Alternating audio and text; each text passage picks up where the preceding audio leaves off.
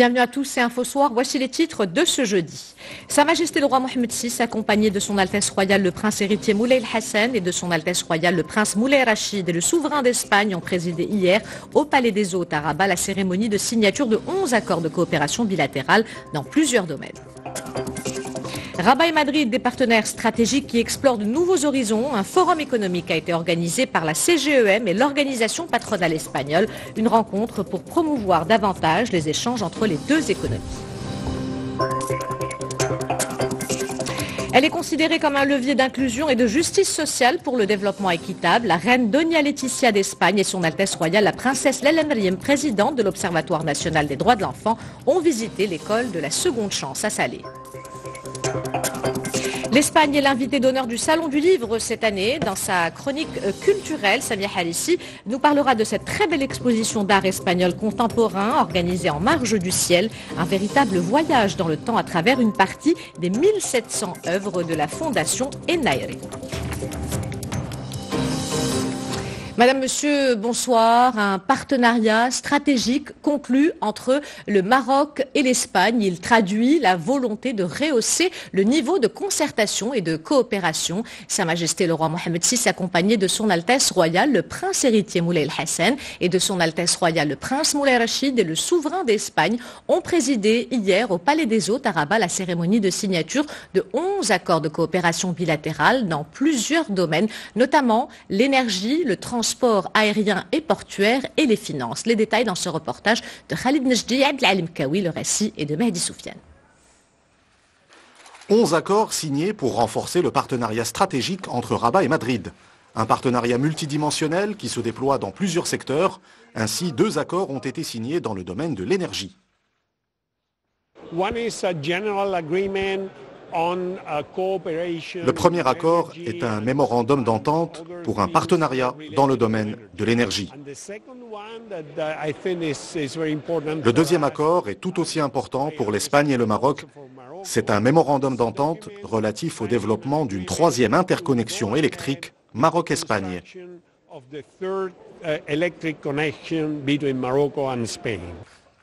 Un accord a également été signé pour faciliter les flux du commerce et des passagers au niveau du détroit de Gibraltar. Le port Tangemed et le port d'Algeciras disposent d'infrastructures de qualité et connaissent des flux importants de voyageurs, mais aussi au niveau du transport de marchandises, avec près de 300 000 camions par an.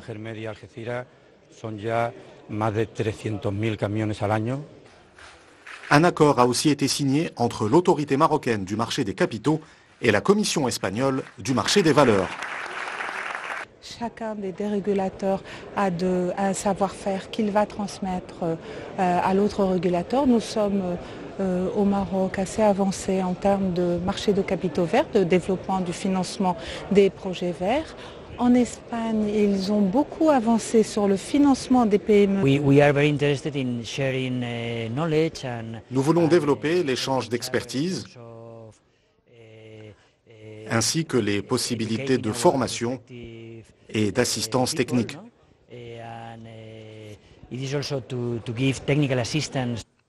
Un mémorandum d'entente a aussi été signé dans le domaine du transport aérien.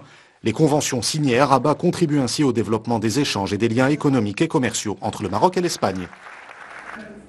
Les autres accords signés sous la présidence des deux souverains concernent notamment le volet culturel. L'un d'entre eux est un mémorandum d'entente entre la Fondation nationale des musées et le ministère espagnol de la Culture et des Sports pour la coopération en matière de musées. Un protocole relatif à la donation irrévocable du Grand Théâtre Cervantes de Tanger a également été paraphé. Les développements avec Khalid Nejdi, Abdelalim Kawi, le commentaire est de Mehdi Soufiane. Le Maroc et l'Espagne renforcent leurs liens culturels. Ainsi, la Fondation nationale des musées a signé un premier accord avec le ministère espagnol de la Culture et des Sports et une deuxième convention avec le Centre d'art Reine Sofia en Espagne pour l'organisation d'une exposition à Madrid. Je pense que ces conventions que nous signons aujourd'hui, c'est aussi une manière de nous faire connaître par nos amis espagnols, leur montrer la richesse, la diversité de notre culture et de notre patrimoine. Il y a toujours un objectif principal pour l'Espagne qui est c'est se rapprocher au Maroc, à la culture marocaine et aussi faire la diffusion de la culture espagnole au Maroc. Il y a beaucoup de choses que nous avons en commun et il faut profiter que nous sommes de très bons voisins. Un accord a aussi été signé entre les Archives royales et le patrimoine national du Royaume d'Espagne pour l'organisation d'une exposition commune à Madrid. L'objectif est de mettre en valeur le patrimoine commun et mieux le faire connaître. Il s'agit aussi de rappeler les principales étapes historiques des relations maroco-espagnoles, des relations anciennes qui ont traversé les siècles. Un protocole relatif à la donation irrévocable du Grand Théâtre Cervantes de Tanger a également été signé. L'Espagne transfère ainsi au Maroc la propriété du théâtre tangérois. Et à l'occasion de cette visite officielle, Sa Majesté le roi Mohammed VI, accompagné de son Altesse royale, le prince héritier Moulay el-Hassan, de son Altesse royale, le prince Moulay Rachid, et de leur Altesse royale, les princesses Lalla Maryam, Lalla Asma, Lalla Hasna et Lalla Kulthum, a offert hier soir au Palais Royal à Rabat un dîner officiel en l'honneur des souverains du Royaume d'Espagne. Ont été conviés à ce dîner les membres de la délégation officielle accompagnant le couple royal espagnol, le chef du gouvernement, les présidents des deux chambres du Parlement, le ministre d'État chargé des droits de l'homme, les conseillers de Sa Majesté le Roi, les membres du gouvernement, des représentants du corps diplomatique accrédité au Maroc et plusieurs autres personnalités civiles et militaires. Le couple royal espagnol qui effectue une visite officielle de 2 jours au Maroc s'est rendu aujourd'hui au mausolée Mohammed V à Rabat où il s'est recueilli sur les tombes de feu Sa Majesté Mohammed V et feu Sa Majesté Hassan II. À cette occasion, Sa Majesté le roi Philippe VI et la reine Laetitia ont déposé des gerbes de fleurs sur les tombes des regrettés souverains avant d'observer 1 minute de silence pour le repos de leur âme. Sa Majesté le roi Philippe VI et la reine Donna Laetitia ont par la suite signé le livre d'or du mausolée.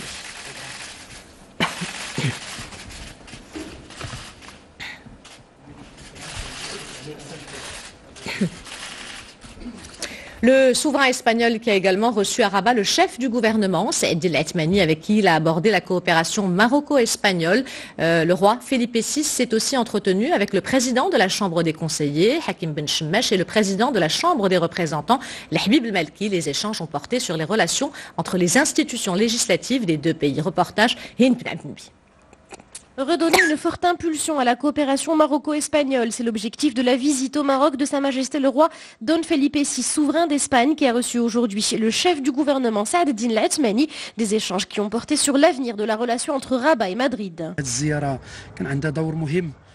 Cette visite d'État remplit un rôle important. 11 conventions ont été signées hier qui se distinguent par une portée stratégique importante pour les relations bilatérales.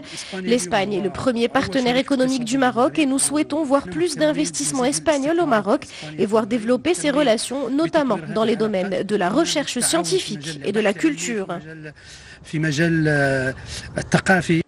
Le souverain espagnol a également reçu le président de la Chambre des représentants Habib El Malki et le président de la Chambre des conseillers Hakim Ben Chemmeche, des entretiens qui ont notamment porté sur les liens qui lient les parlements marocains et espagnols.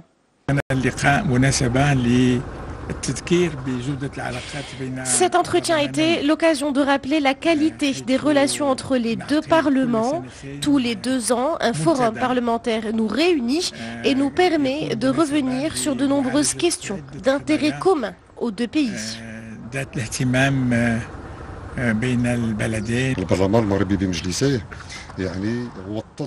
Le Parlement espagnol, avec ses 2 chambres, a renforcé et développé ses relations avec le Parlement espagnol et ses 2 chambres. Nous nous apprêtons à accueillir la 5e édition du Forum parlementaire maroco-espagnol dans les mois qui viennent au Maroc. Il y a également de nouveaux horizons prometteurs qui s'ouvrent pour notre partenariat. Consolider la dynamique de partenariat qui existe déjà entre les 2 institutions législatives marocaines et espagnoles et même l'enrichir en lui ouvrant de nouveaux horizons, telle est la volonté du souverain espagnol. L'Espagne qui a réitéré sa position sur la question du Sahara, le chef de la diplomatie espagnole qui fait partie de la délégation accompagnant le roi Felipe VI et la reine Laetitia a souligné aujourd'hui à Rabat que son pays défend la centralité de l'Organisation des Nations Unies pour parvenir à une solution politique dans le cadre des résolutions pertinentes du Conseil de sécurité. Le point avec Rita Saha. La rencontre entre Sa Majesté Mohamed VI et le roi Felipe VI a permis de donner une impulsion qualitative nouvelle aux relations entre Rabat et Madrid. C'est ce qu'a affirmé devant les journalistes nationaux et internationaux Nasser Bourreta. Lors d'un point de presse cet après-midi, le ministre des Affaires étrangères a ajouté que cette visite intervenait dans un contexte de relations excellentes portées par la profonde amitié entre les deux souverains, des liens privilégiés entre les deux royaumes qui contribuent à une coopération gagnant-gagnant, une collaboration qui a porté ses fruits dans de nombreux domaines. Sur le plan bilatéral, Sa Majesté le Roi a qualifié l'Espagne de partenaire stratégique naturel du Royaume du Maroc. Concrétisons cette orientation, un instrument juridique établissant ce partenariat stratégique global entre les deux pays a été signé devant Sa Majesté le Roi et Sa Majesté Philippe VI, roi d'Espagne. Ce partenariat est un fait nouveau qui exprime une volonté partagée de hisser les relations bilatérales à un niveau encore plus élevé et plus ambitieux. Une position donc partagée par Madrid. Josep Borrell a d'ailleurs affirmé que l'Espagne souhaitait élargir son partenariat avec le Maroc, notamment dans le dialogue politique, en matière de sécurité ou encore dans les volets économiques et culturels. Le chef de la diplomatie espagnole a également qualifié le royaume de pôle de stabilité dans la région et a réitéré devant la presse la position de son pays quant à la question du Sahara marocain. L'Espagne défend la centralité des Nations Unies et soutient les efforts du secrétaire général et de son envoyé personnel pour aboutir à une solution politique dans le cadre des résolutions pertinentes du Conseil de sécurité. Le ministre des Affaires étrangères espagnol a enfin affirmé que les relations entre Rabat et Madrid représentaient un modèle de coopération, notamment dans la gestion des flux migratoires. Josep Borrell a également insisté sur la nécessité de renforcer cette collaboration pour donner des réponses plus efficaces. Nasser Bourreta a pour sa part indiqué que la culture avait retenu une grande attention des deux souverains, un domaine qui permettra de consolider la densité des liens humains et d'approfondir le rapprochement entre les deux nations. À présent, cette mise au point concernant le présumé rappel des ambassadeurs du Maroc dans deux pays du Golfe. Le ministre des Affaires étrangères, Nasser Bourreta, a souligné que contrairement à ce qui a été relayé par certaines agences de presse internationales, le Maroc n'a pas rappelé ses ambassadeurs à Riyad et Doha. Je vous propose d'écouter Nasser Bourreta. Dans la tradition diplomatique marocaine, on ne rappelle pas des ambassadeurs sans publier de communiqués ni d'explications. Partant de là, le fait de parler aujourd'hui du rappel d'ambassadeurs est faux. Deuxièmement, je rappelle que les deux ambassadeurs en question se sont déplacés au Maroc pour prendre part à des réunions avant de regagner leur lieu de travail. Troisièmement, les relations avec les pays du Golfe, dont l'Arabie Saoudite et les Émirats Arabes Unis, sont historiques et très fortes du moment que cette région connaît d'importants changements,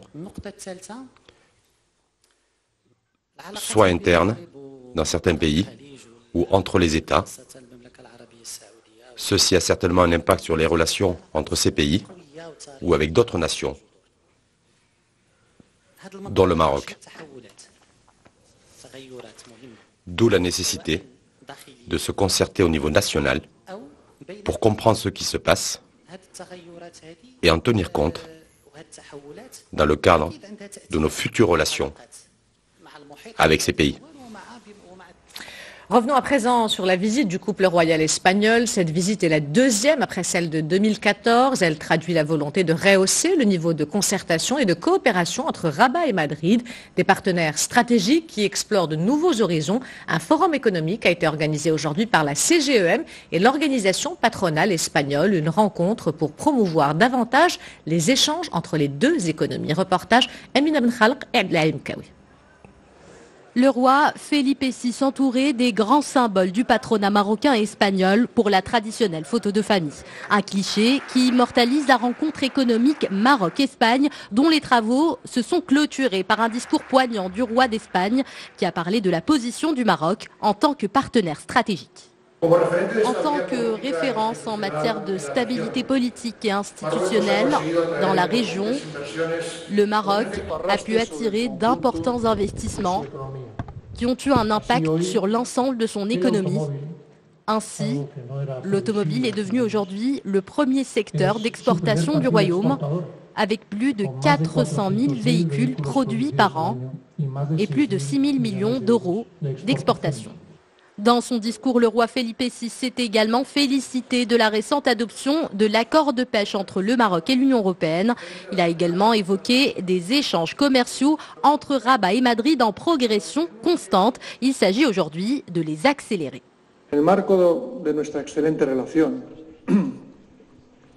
Pour illustrer nos excellentes relations bilatérales et le potentiel économique existant, une nouvelle impulsion a été donnée au Conseil économique Maroc-Espagne, lancé en 2013 en présence du roi Juan Carlos et de Sa Majesté le roi Mohamed VI.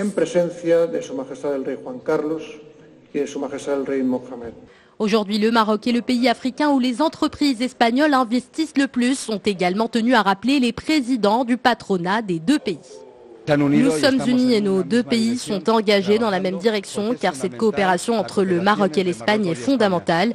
Nous avons plusieurs secteurs d'intérêt commun. L'objectif dans cette réunion d'aujourd'hui est de marquer de nouvelles ambitions et ces nouvelles ambitions se traduiront à deux niveaux. Un, au niveau du renforcement des relations commerciales et des échanges commerciaux. Deux, au niveau de l'élargissement de la base de notre partenariat et de notre coopération à de nouveaux secteurs. Toutes ces nouvelles ambitions ont été fixées au cours des sessions plénières de cette rencontre économique, sessions qui se sont articulées autour des nouveaux métiers porteurs de croissance et de l'intégration industrielle.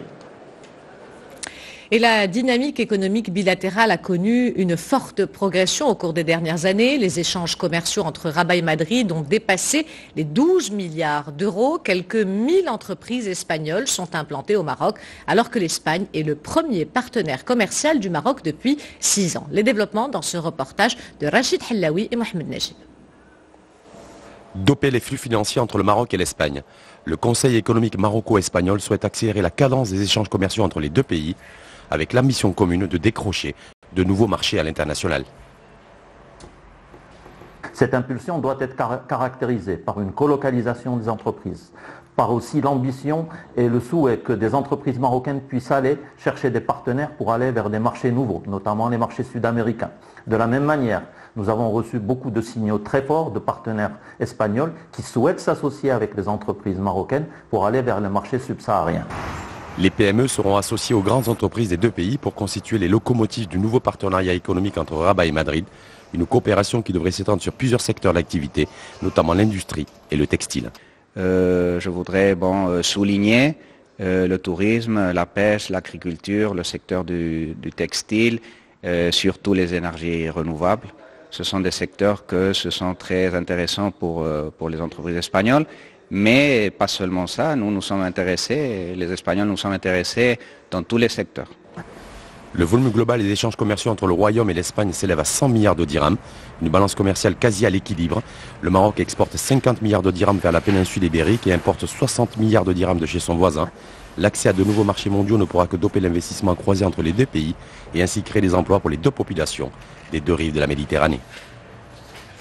Elle est considérée comme un levier d'inclusion et de justice sociale pour le développement équitable. La reine Doña Leticia d'Espagne et son Altesse royale, la princesse Lalla Meriem, présidente de l'Observatoire national des droits de l'enfant, ont visité l'école de la seconde chance à Salé, où elles ont assisté à une prestation artistique des enfants qui font partie du cirque Shamsi. Reportage Souad Zaïtraoui, le récit est de Sarah Jabri.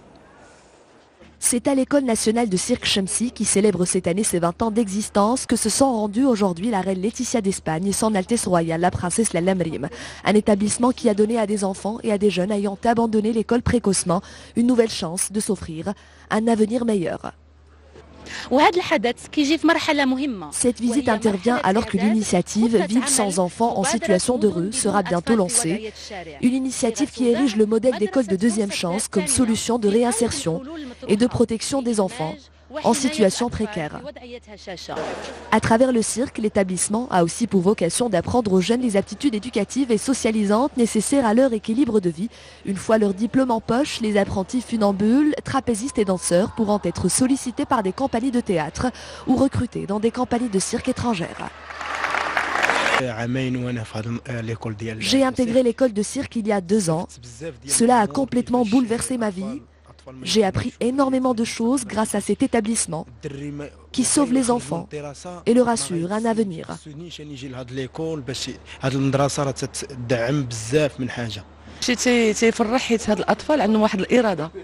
Nous sommes heureux de voir la détermination de ces jeunes qui ont saisi la chance qui leur a été offerte pour s'épanouir et reprendre confiance en eux.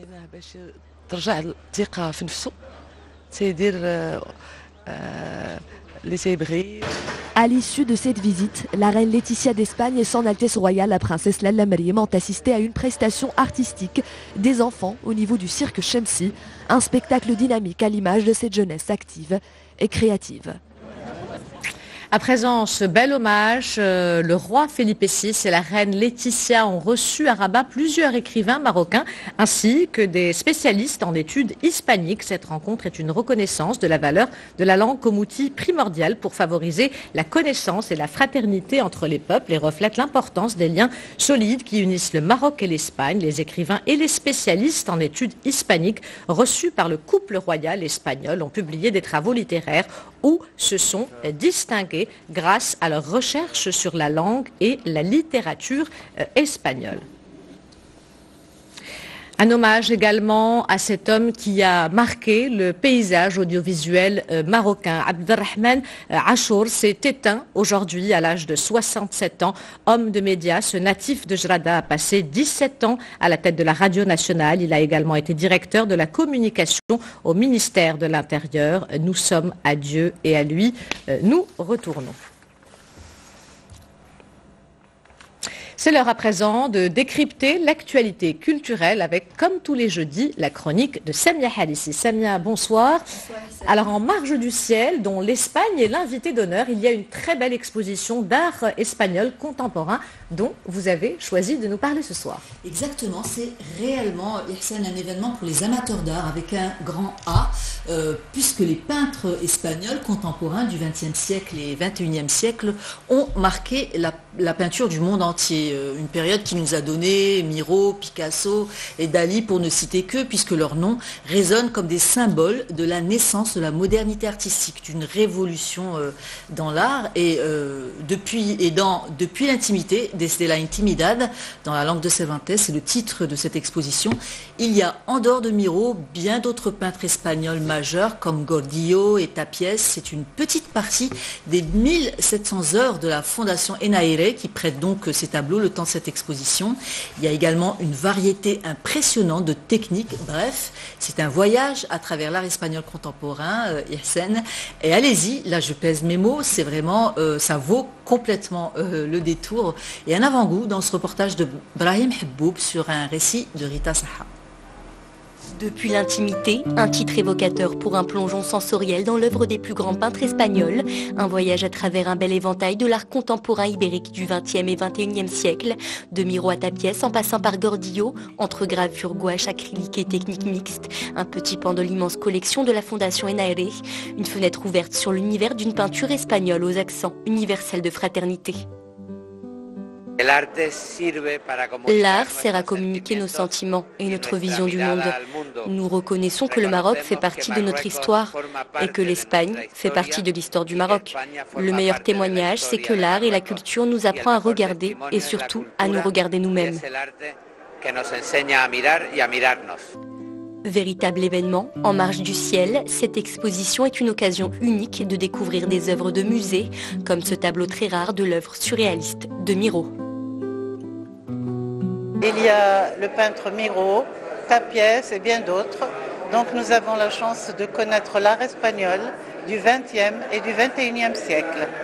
L'art espagnol a largement contribué au rayonnement de la peinture contemporaine avec des génies du cubisme, du surréalisme et du modernisme comme Picasso, Miro et Dali. On reste au ciel, Samia, avec le dernier livre de Youssouf Amin Alami, Même pas mort. Et on continue notre balade quotidienne au ciel, Ihsan, avec une halte au pavillon France où se déroulent tous les après-midi plusieurs signatures de livres. Aujourd'hui, comme vous le disiez, c'est le dernier ouvrage de Youssouf Amin Alami, Même pas mort, qui était présenté au public. Et là, Ihsan, c'est un virage à 180 degrés du style de cet auteur qui nous a habitués à des nouvelles et des récits plutôt badins, caustiques, comme un Marocain à New York, Paris-Montbled ou encore Tqrqeb Neb. Ici, dans Même pas mort, son dernier opus, il ressuscite son père décédé il y a un quart de siècle et dont il n'avait pas fait le deuil. Il décrit minutieusement le vide créé par cette absence. Il intériorise son parcours pour le faire exister dans son esprit et il regarde la vie à travers les yeux de son père. Bref, un récit personnel et émouvant. Même pas mort fait partie de la liste des livres en lice pour le prix Grand Atlas dont la cérémonie s'est déroulée il y a 2 heures. Rachid Hellaoui et Hicham Balawen l'ont rencontré cet après-midi au Salon du Livre de Casablanca. On regarde. Le public est venu découvrir cet après-midi le dernier roman de Youssouf Amin Alami, intitulé Pas encore mort. Inconsolable, 25 ans après la mort de son père, le romancier a décidé de le ressusciter en déterrant son passé, tout en étant tourné vers l'avenir. Ce qui m'a intéressé dans ce livre, ce que je voulais faire, c'était finalement voir et examiner lorsque l'histoire personnelle, ma petite histoire familiale, l'histoire de mon père et le lien avec mon père rencontre la grande histoire, alors aussi bien nationale qu'internationale. Dans sa quête du père, l'auteur a écrit ce livre pour continuer à faire vivre le lien avec celui qu'il a tant aimé et avec lequel il a entretenu une complicité multiforme, à la fois affective et intellectuelle. Le livre de Youssouf Alami est une vraie révélation pour moi par rapport au champ littéraire marocain, parce que la figure du père a changé. Et ça fait, il a une autre manière de parler de l'homme. Il a raconté toute l'autobiographie de son père, le père autoritaire, le père qui était présent dans la famille, qui s'occupe vraiment de la famille, qui a créé vraiment des bons souvenirs. Et je trouve que c'est une très bonne idée. Porté par une écriture douce et parfois mordante, Même pas mort est un récit émouvant, touchant et parfois bouleversant. Un hommage à la vie de son père. On termine, Samia, avec votre agenda. Et on commence en musique, Ihsan, avec un concert assez original qui nous promet un voyage dans la musique traditionnelle de l'Italie au Maroc. L'œuvre de Feu Drissi, exposée à la Galerie d'Art à Tanger du 15 février au 15 mars.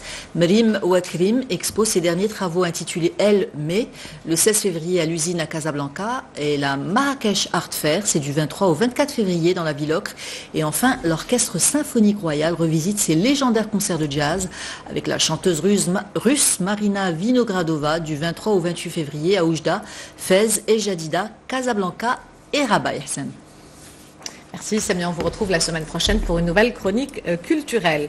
Pour terminer cette édition, parlons d'amour puisque c'est la Saint-Valentin, ce jeudi, la fête de l'amour, l'une des célébrations les plus attendues par les couples du monde entier. Une fête romantique pour certains et purement commerciale pour d'autres, de l'incontournable bouquet de fleurs aux roses rouges à la classique boîte de chocolat en passant par le dîner romantique pour exprimer ses sentiments. Les couples ont l'embarras du choix. Reportage Izza Sharqi et Mohamed Chima.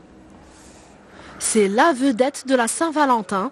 Le bouquet de fleurs est le cadeau incontournable de la fête des amoureux. Mais ce n'est pas n'importe quelle fleur qui est mise à l'honneur. La rose rouge reste incontestablement la préférée pour cette journée spéciale qui représente une part importante du chiffre d'affaires de ce fleuriste. La demande est importante. À l'occasion de la Saint-Valentin, les gens achètent plus de fleurs que d'habitude. Je suis venu acheter des fleurs à ma femme pour la Saint-Valentin et pourquoi pas un bouquet avec 1001 roses. Si certains préfèrent les fleurs, le chocolat reste également un grand classique. Ces petites boîtes en forme de cœur remplies de chocolat aux différentes saveurs sont pour beaucoup une vraie déclaration d'amour. Il faudra compter entre 150 dirhams pour une petite boîte et 700 pour la plus grande. À l'occasion de la Saint-Valentin, on travaille énormément les petites boîtes sous forme de cœur, remplis de chocolat en forme de cœur. Les jeunes viennent, ils achètent directement les petits cœurs, ils viennent une semaine à l'avance, ils commencent à poser des questions, ils réservent leurs petits cœurs. Pour séduire les clients, hôteliers et restaurateurs se sont eux aussi prêtés au jeu, comme pour ce grand restaurant qui a mis le paquet en proposant une ambiance et des menus aussi originaux que joyeusement décorés. On partage notre amour avec notre clientèle et on partage aussi nos traditions. Comment fêter les moments de joie à la marocaine. La décoration est vraiment fabuleuse, avec des pétales de rose, des ballons en forme de cœur. Et c'est vraiment magnifique et je suis très heureux d'emmener ma compagnie ici. Il faudra compter entre 400 et 800 dirhams par personne pour un repas en amoureux. Mais comme on dit, quand on aime, on ne compte pas. Avant de nous quitter, je vous rappelle l'une des principales informations de ce journal, un partenariat stratégique conclu entre le Maroc et l'Espagne durant la visite du couple royal espagnol. Il traduit la volonté de rehausser le niveau de concertation et de coopération. Sa Majesté le roi Mohamed VI, accompagné de son Altesse royale le prince héritier Moulay Hassan et de son Altesse royale le prince Moulay Rachid et le souverain d'Espagne ont présidé hier au Palais des Hôtes à Rabat la cérémonie de signature de 11 accords de coopération bilatérale dans plusieurs domaines. C'est la fin de cette édition. L'information se poursuit sur notre site 2m.ma et sur l'application My2m. Le prochain journal El Messaïa vous sera présenté par Salahdine El Romari demain à cette même place. Rizlan Taibi, quant à moi, j'aurai le plaisir de vous retrouver lundi. En attendant, portez-vous bien et excellente soirée à tous.